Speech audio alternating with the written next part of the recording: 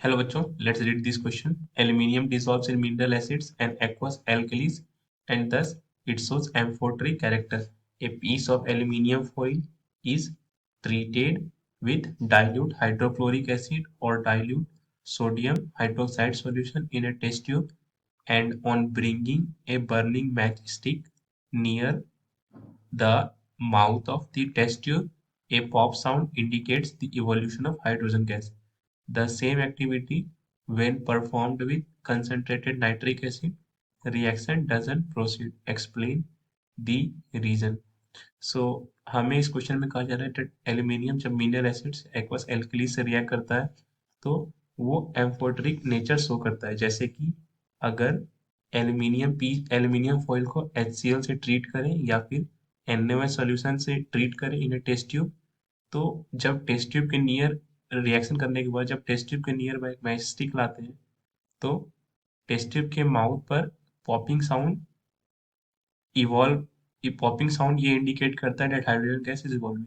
तो ये same activity concentrated nitric acid के साथ नहीं होता है, तो हमें वो रीजन बताना है। Please note the key concept of this question which says that the nitric acid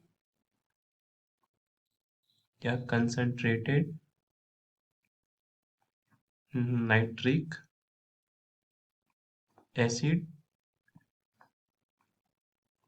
that is HNO3 conc. This is a strong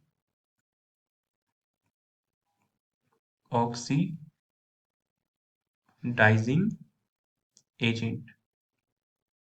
तो जब ये नाइट्रिक एसिड मेटल से रिएक्ट करते हैं तो instead of showing the acidic nature इसकी oxidising nature ज़्यादा dominate कर जाती है। So we can write when aluminium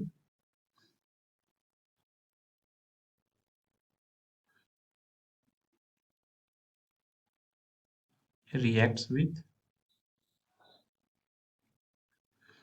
concentrated nitric acid,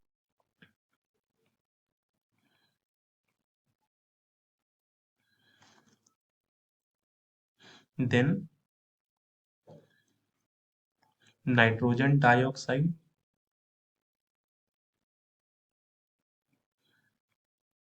gas is evolved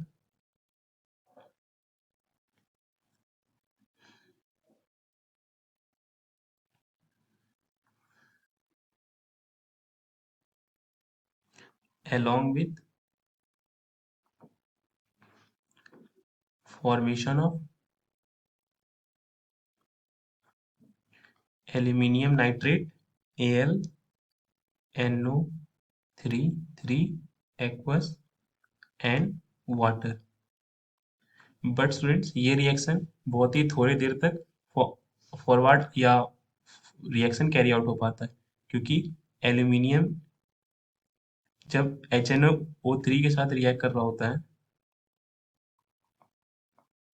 तो इसकी ऑक्सीडाइजिंग नेचर की वजह से एल्यूमिनियम में एक thin layer of Al2O3 form हो जाता है, जो इस रिएक्शन को फॉरवर्ड नहीं होने देता। यानी कि ये एल्यूमिनियम ऑक्साइड एक बिल्कुल ही इनर्ट नेचर का होता है और वो फर्दर एल्यूमिनियम का ऑक्सीडेशन होने ही नहीं देता नाइट्रिक एसिड से।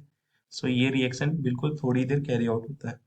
सो the reason behind the same activity not performed with concentrated nitric acid is the dominance of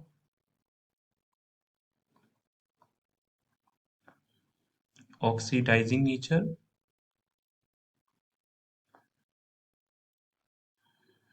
of nitric acid over its acidic nature। So I hope आपको ये concept समझ students.